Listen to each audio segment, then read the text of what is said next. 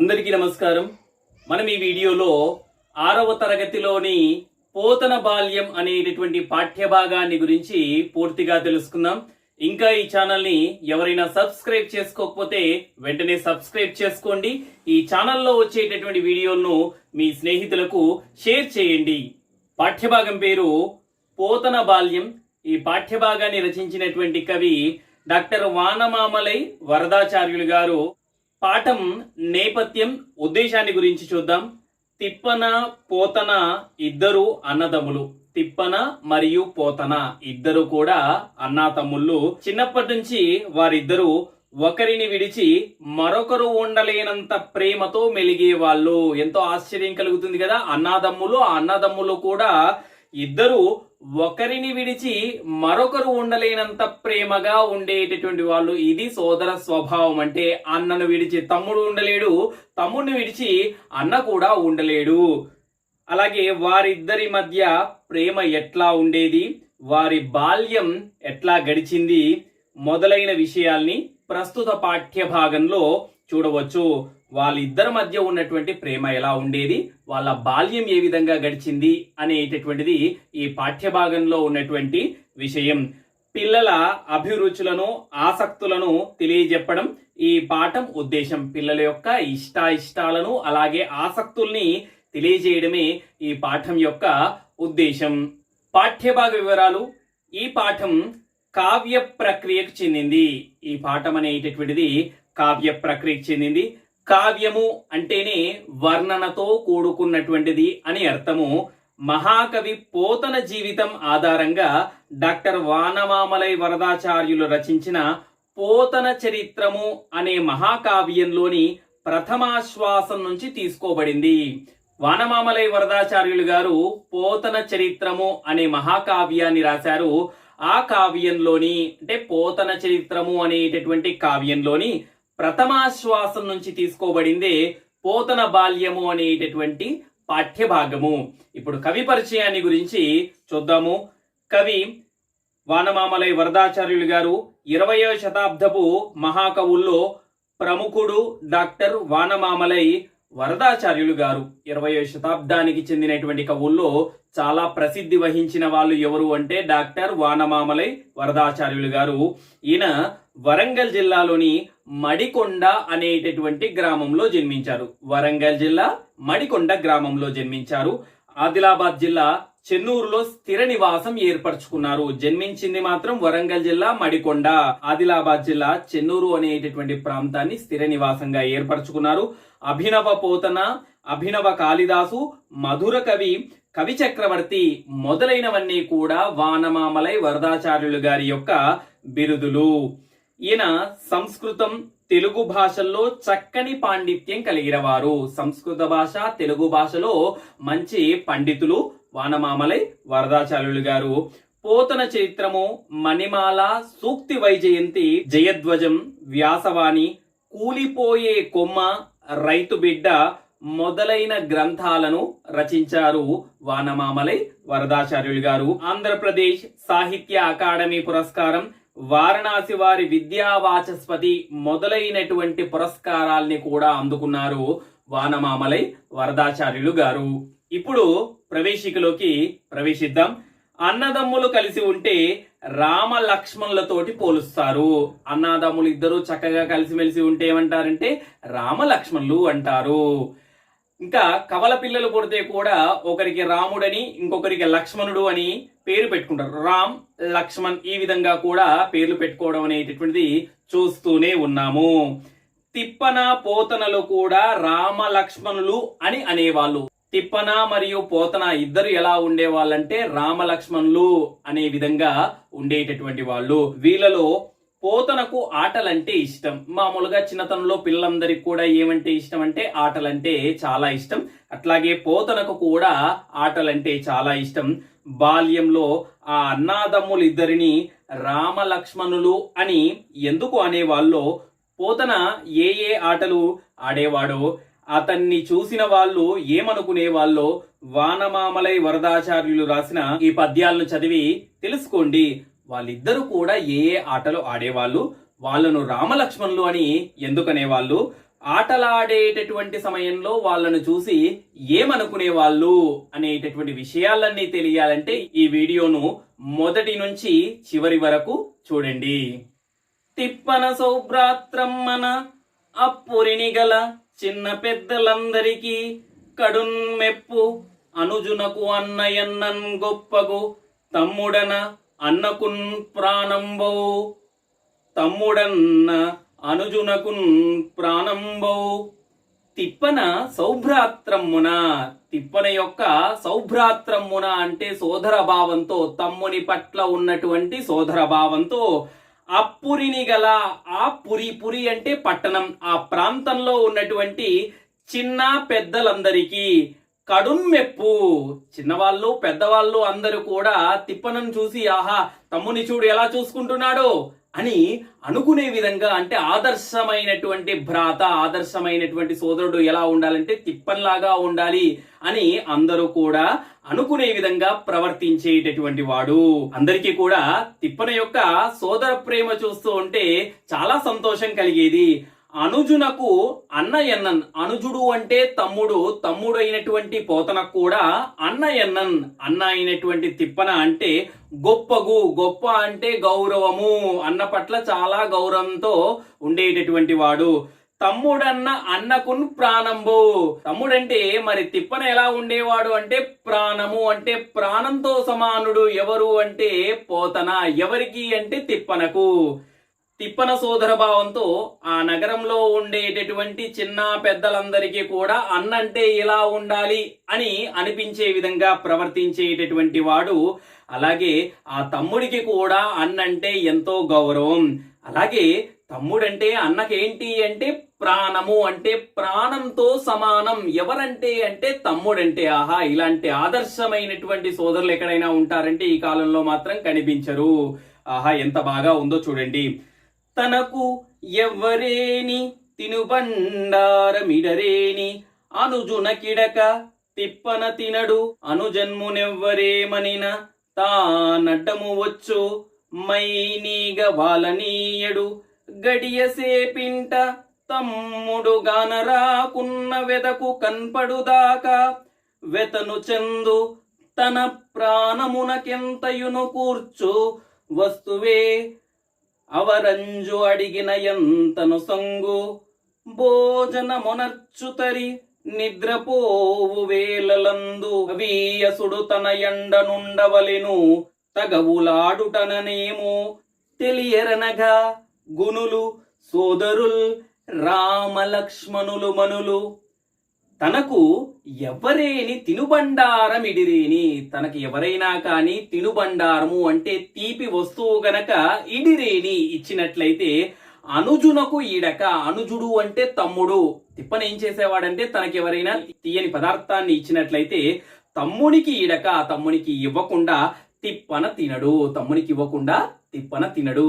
మామూలుగా ఈ కాలంలో చూసుకుంటే అన్నాదమ్ములు ఇద్దరికి కూడా చాక్లెట్ తెచ్చినప్పటికీ కూడా ఒకరికి ఎరుపు రంగు, ఇంకొకరికి గులాబీ రంగు చాక్లెట్ ఇస్తే కవర్ని చూసి లోపల ఉన్నటువంటి చాక్లెట్ ఒకటే అయినప్పటికీ కూడా ఆ రంగును చూసి పైన ఉన్నటువంటిదే నాకు గులాబీ రంగే కావాలి, నాకు ఎరుపు రంగే కావాలని చెప్పేసి ఇద్దరు కోట్లాడుకోవడం అనేటువంటిది ఈ కాలంలో చూస్తుంటాం. కానీ అన్నకు ఏదైనా తినుబండారం ఇచ్చినట్లయితే తమ్మునికి ఇవ్వకుండా అన్న తినడు. అనుజన్మునెవ్వరేమనినా తానడ్డము వచ్చు. అనుజన్ము తనతో పాటు జన్మించినటువంటి వాడు ఎవరు అంటే పోతన. పోతనను ఎవరేమనినా, ఎవరైనా కోపించినా తిట్టినా కానీ తానడ్డము వచ్చు, తాను అడ్డం వస్తాడంట. తమ్ముని అలా అనొద్దు, తమ్ముని కొట్టొద్దు, తమ్ముని తిట్టొద్దు అని చెప్పేసి వస్తాడు. ఎవరు అంటే తిప్పన. మైనీగ వాలనీయడు, మైన్ అంటే శరీరం మీద, ఈగ వాలనీయడు, ఈగైనా వాలనివ్వడు. ఎవరు అంటే తిప్పన. ఎవరి మీద అంటే పోతన మీద. తమ్ముడి మీద ఈగ కూడా వాలనివ్వడు తిప్పన. గడియసేపింట తమ్ముడు గానరాకున్న వెతకు కన్పడుదాకా వెతను చెందు. గడియసేపింట తమ్ముడు గానరాకున్న, కొద్దిసేపు తమ్ముడు కానరాకున్నా, కనిపించకపోయే వరకు వెదకు కన్పడుదాకా వెతుకుతాడు. ఎంతవరకు అంటే కనిపించే వరకు, తమ్ముడు కనిపించే వరకు తమ్ముడు కోసం వెతుకుతాడు. అలాగే వెతను చెందు, తమ్ముడు కనిపించకపోతే బాధపడతాడు. తన ప్రాణమునకెంతయును కూర్చు వస్తువే అవరంజుడడిగిన అంత ఒసంగు. తనకు ప్రాణంతో సమానమైనటువంటి వస్తువు అవరంజుడు అడిగిన ఎంత. అవరంజుడు అంటే తమ్ముడు, తమ్ముడు అడిగినట్లయితే అడిగిన ఎంత ఒసంగు, అడిగినట్లయితే ఒసంగు అంటే ఇస్తాడు. తనకు ప్రాణంతో సమానమైనటువంటి వస్తువే తమ్ముడు అడిగినా కానీ ఇస్తాడు. తనకు ఎవ్వరేని తినుబండారమిడరేని అనుజునికిడక తిప్పన తినడు. తనకెవరైనా కానీ తినుబండారం ఇచ్చినట్లయితే తమ్మునికి ఇవ్వకుండా తిప్పన తిననే తినడు. అనుజన్మునెవ్వరేమనినా తానడ్డము వచ్చు. తమ్ముణ్ణి ఎవరు కూడా ఏమి అననివ్వడు. తానడ్డము వచ్చు, తాను అడ్డం వస్తాడు. మైనీగ వాలనీయడు. ఇది తమ్ముడి శరీరం మీద ఈగ కూడా వాలనీయడు. గడియసేపింట తమ్ముడు గానరాకున్నా వెదకు కనపడుదాకా వెతను చెందు. కొద్దిసేపు తమ్ముడు ఇంట్లో కనిపించకపోయే వరకు ఆ తమ్ముడి కోసం వెతుకుతాడు. కనిపించే వరకు, ఒకవేళ కనిపించకపోతే బాధ చెందుతాడు. తన ప్రాణమునకెంతయును కూర్చు వస్తువే అవరంజుడడిగిన ఎంత ఒసంగు. తన ప్రాణంతో సమానమైనటువంటి వస్తువే అయినా తమ్ముడు అడిగితే వెంటనే ఇస్తాడు. ఇది తిప్పన యొక్క స్వభావము. భోజనమునర్చుతరి నిద్రపోవు వేళలందు.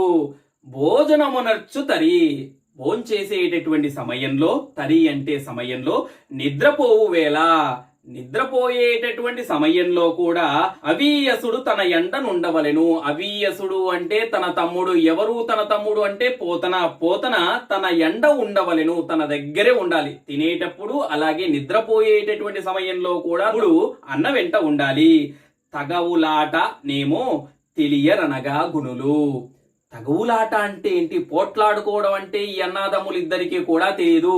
అలాంటి అనగ గుణులు, మంచి గుణాలు కలిగినటువంటి వాళ్ళు, ఎలాంటి పాపాలు లేనటువంటి వాళ్ళు, మంచి గుణాలు కలిగినటువంటి వాళ్ళు ఎవరంటే పోతన మరియు తిప్పనలు. సోదరుల్ రామలక్ష్మణులు మనులు. వీళ్ళు మనుల్లాంటి వాళ్ళు. రామలక్ష్మణుల్లాగా వీళ్ళు కూడా కలిసిమెలిసే ఉంటారు. ఎవరెవరంటే తిప్పన మరియు పోతనలు.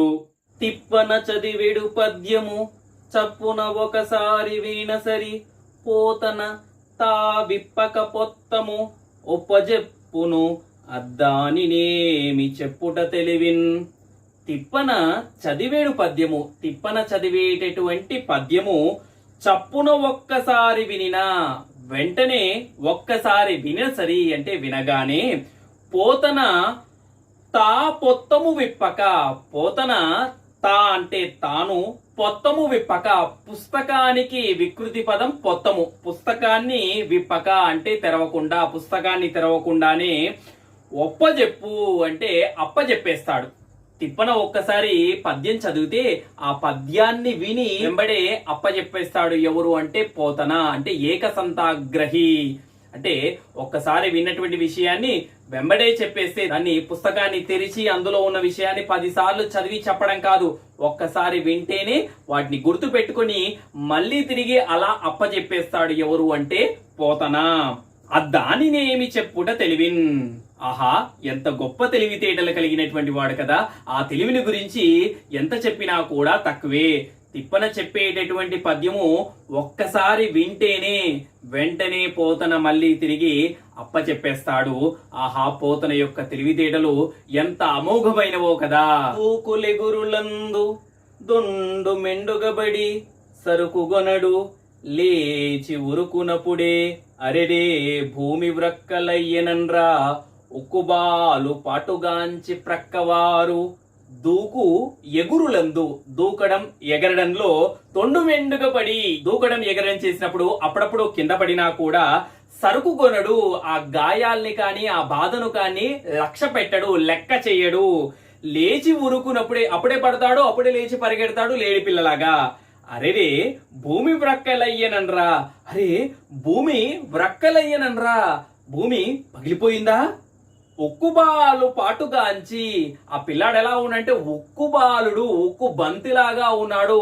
వాడు పడితే భూమే ఒక్కలైపోతుందా, భూమే ముక్కలు ముక్కలైపోతుందా అని పక్కవారు అంటే పక్క వాళ్ళు అనుకునే విధంగా ఈయన ఆటలు ఆడేటటువంటి వాళ్ళు. ఎవరు అంటే పోతన. ఊకుతాడు, ఎగురుతాడు, అప్పుడప్పుడు కింద పడతాడు.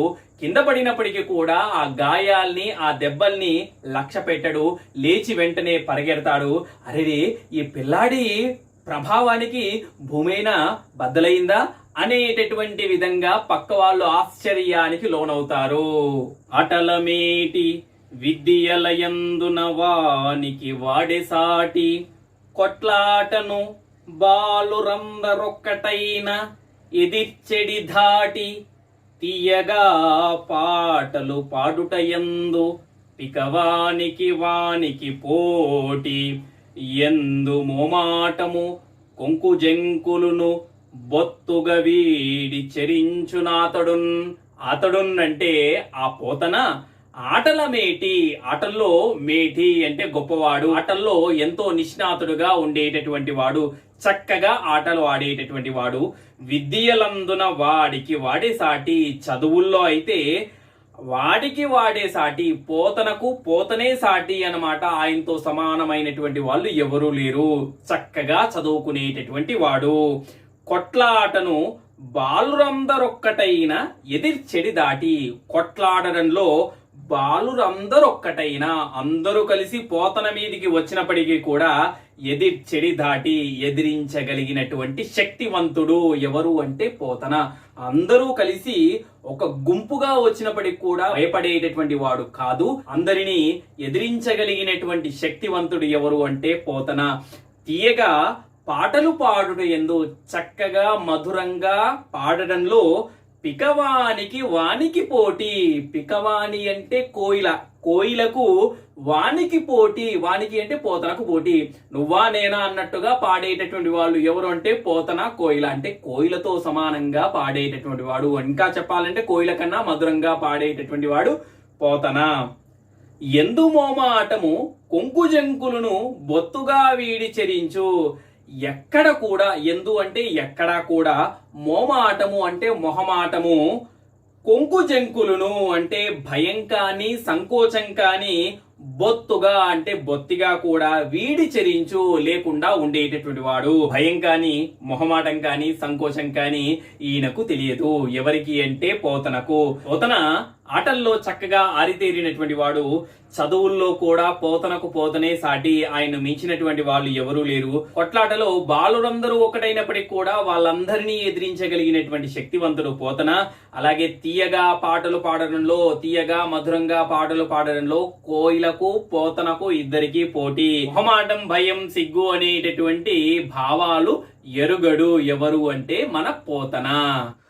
గురినిడి కొట్టెనేని ఒక గోలియు తప్పదు, కచ్చగట్టి బొంగరమును వేయ వ్రేటుకొక కాయ పటుక్కను, పందెమూని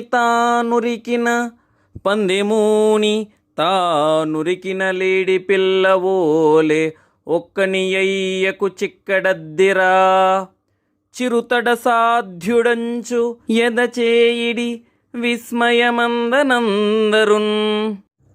గురినిడి కొట్టెనేని, గురి చూసి కొట్టినట్లయితే ఒక గోలియు తప్పదు. ఒక గోలి అంటే గోటి చూసి కొట్ట అంటే దానికి తగలవలసిందే, ఏది కూడా మిస్ కావడం అనేటటువంటిది జరగదు. గురి చూసి కొడితే ఆ గోటికి తగలవలసిందే. కచ్చగట్టి బొంగరమును వేయ, కసితో ఆ బొంగరాన్ని వేస్తే వ్రేటుకొక్క కాయ పటుక్కను, ఒక్కొక్క దెబ్బకు, బొంగరపు దెబ్బకు మరొక బొంగరం అనేటటువంటిది పటుక్కున పగిలిపోతూ ఉంటుంది. పందెమూని తానురికిన లేడి పిల్లవలే నొక్కని అయ్యకు చిక్కడద్దిరా. పందెం వేసుకుని తాను పరిగెత్తినట్లయితే లేడి పిల్లవలే, లేడి పిల్లలాగా ఒక్కని అయ్యకు చిక్కడద్దిరా, ఎవరికి కూడా చిక్కకుండా పరిగెడతారు. అదిరా, ఆహా. చిరుతడు అసాధ్యుడంచు, చిరుతడు అంటే చిన్నపిల్లవాడు, అసాధ్యుడు అంటే సాధ్యం కానటువంటి వాడు, ఎవరు కూడా ఈయన పట్టుకోలేరు. యద చేయిడి విస్మయం అందనందరున్. యద అంటే గుండె మీద చేయి వేసుకుని అందరూ కూడా ఈ పోతన యొక్క ఆటల్ని చూసి ఆశ్చర్యపడుతున్నారు. హమ్మయ్యా, ఇంతగా ఆడతాడా వీడు, ఒకదాంట్లో అనుకున్నాను, అన్ని ఆటల్లో కూడా వీడు అసాధ్యుడే. గురి చూసి కొట్టినట్లయితే ఆ గోటి అనేటటువంటి తప్పకుండా తగులుతుంది. అలాగే కసితో బొంగరం వేస్తే గనక ఆ ఎదుటివాడి బొంగరాలన్నీ కూడా పట్టుకున పగలాల్సిందే. పందెం వేసుకుని పరిగెత్తుతూ ఉంటే లేడి పిల్లలాగా ఎవరికీ చిక్కకుండా పరిగెడుతూ ఉంటారు. ఈ చిరుతడు అంటే చిన్నపిల్లవాడు అసాధ్యుడు అని అక్కడ చూసేటటువంటి వాళ్ళందరూ కూడా గుండె మీద చేయి వేసుకుని ఆశ్చర్యపడేలాగా ఈ పోతన ఆటలు ఆడేటటువంటి వాడు. కోతివోలే చెట్ల కొనకొమ్మలెగబ్రాకు, పక్షివోలే క్రింద బడగదూకు, కాలు భూమిపైన గడియైనాగదు, పాదరసము గలదో పాదయుగలి. కోతివలే చెట్ల కొనకొమ్మలెగబ్రాకు. కోతివలే అంటే కోతిలాగా, చెట్ల కొనకొమ్మలెగబ్రాకు చెట్టు యొక్క కొనా కొమ్మల్లో కూడా ఎగబ్రాకు అంటే పాక్కుంటూ వెళ్తాడు. ఎలాగా అంటే కోతిలాగా చెట్టు యొక్క కొనా కొమ్మల్లో కూడా ఎక్కేస్తాడు. పక్షివోలే క్రింద పడగదూకు. పక్షివోలే అంటే పక్షిలాగా క్రింద పడగదూకు, కింద పడేటట్టుగా దూకుతాడు. అలాగే కాలు భూమి పైన గడి అయిన ఆగదు. ఒకే చోట స్థిరంగా కాలు గడియసేపు కూడా ఆగదు, క్షణమైనా నిలవదు. పాదరసము గలదో పాదయుగలి. పాదయుగలి అంటే రెండు పాదాల్లో, యుగలము అంటే జంట అన్నమాట. రెండు పాదాల్లో పాదరసము గలదో, పాదరసం ఉందా అనుకునేటట్టుగా ఈయన ఆటలాడతాడు. కోతిలాగా చెట్టు యొక్క కొనా కొమ్మల్లో ఎక్కేస్తాడు. పక్షిలాగా కింద పడతాడు. కాలు భూమిపైన క్షణం కూడా నిలవదు. అలాగే ఈయన పాదాల్లో పాదరసం ఉందా అన్నట్టుగా ఉంటాడు. పాదరసం ఒక్కచోట స్థిరంగా ఉండదు. అలాగా ఈయన పాదాల్లో కూడా పాదరసం ఉందా అంటే ఎందుకంటే ఒక చోట ఆగడం లేదు కాబట్టి ఇంతలాగా ఆటలు ఆడుతూ ఉండేవాడు మన పోతన. గుడికి జను జననిగని వెంబడి బడిచను, చదువుకొనిడి బడి విడి అయినన్, బడి బడి జేజేలిడు అయ్యడ ఎడమయు కుడియు ననక ఎంతయు భక్తిన్. గుడికి జను జనని గని. గుడికి వెళ్ళేటటువంటి జనని అంటే తల్లిని, కని అంటే చూసి, గుడికి వెళ్ళేటటువంటి తల్లిని చూసి వెంబడి బడిచను, వెంబడి వెళ్తాడు. తల్లి వెంటే తాను కూడా గుడికి వెళ్తానని చెప్తాడు. అలాగే చదువుకునేది బడి విడి అయిన, చదువుకునేటటువంటి బడి వదిలి అయినా అంటే బడికి పోకుండా పడిపడి జేజేలిడు అంటే గుడిలో పడిపడి జేజేలిడు అంటే నమస్కారాలు పెడుతుంటాడు. అయ్యడ అంటే ఆ సమయంలో ఎడమయు కుడియు అనక, ఎడమ కుడి అనకుండా అంటే పరిసరాలను పట్టించుకోకుండా ఎంతయు భక్తిని, ఎంతో భక్తితో ప్రవర్తించేటటువంటి వాడు ఎవరు అంటే పోతన. గుడికి వెళ్ళేటటువంటి తల్లిని చూసి వెంటబడి తాను గుడికి వస్తానని చెప్తాడు. బడి వదిలి అయినా అంటే బడికి వెళ్లకుండా ఆ గుడిలో పడిపడి నమస్కారాలు పెడుతూ ఉంటాడు. ఆ నమస్కారాలు పెట్టేటటువంటి సమయంలో కుడివైపు ఏముంది ఎడమ వైపు ఏముంది అని చూసుకోకుండా అంటే పరిసరాలను పట్టించుకోకుండా ఎంతో భక్తితో ఉండేటటువంటి వాడు ఎవరు అంటే పోతన. సాధు సజ్జన దర్శనోత్సాహగతియు, హరికథా పురాణ శ్రవణాభిరతియు, శంభుపద సరోజార్చనాసక్తమతియు పెరుగసాగే, వేరొక ప్రక్క బిడ్డ ఎడదా. వేరొక ప్రక్క బిడ్డ ఎదా. మరోవైపు పోతన యొక్క మనసులో సాధుజన దర్శనోత్సాహగతియు, మంచి వాళ్లను దర్శించాలనేటటువంటి ఆసక్తి, ఉత్సాహము పెరిగింది. అలాగే హరికథా పురాణ శ్రవణాభిరతియు, హరికథలు అలాగే పురాణాల్ని వినాలనేటటువంటి కోరిక కలిగింది. శంభుపద ఈశ్వరుని యొక్క పాదాలను, సరోజార్చనాసక్తమతియు పద్మాలచే పూజించాలి అంటే తామర పువ్వులచే పూజించాలనేటటువంటి ఆసక్తి కూడా కలిగింది. ఈ విధంగా పోతన మనసులో సాధుజనులను అంటే మంచి వాళ్లను దర్శించాలనేటటువంటి ఉత్సాహం కలిగింది. హరికథలు అలాగే పురాణాల్ని వినాలనేటటువంటి కోరిక కలిగింది. ఈశ్వరుని యొక్క పాదాలను పద్మాల చేత పూజించాలనేటటువంటి ఆసక్తి కూడా కలిగింది. ఈ విధంగా పోతన యొక్క బాల్యం అనేటటువంటిది సాగుతూ ఉంది. ఇంతటితో ఈ పాఠ్యభాగం సమాప్తం. అందరికీ ధన్యవాదాలు.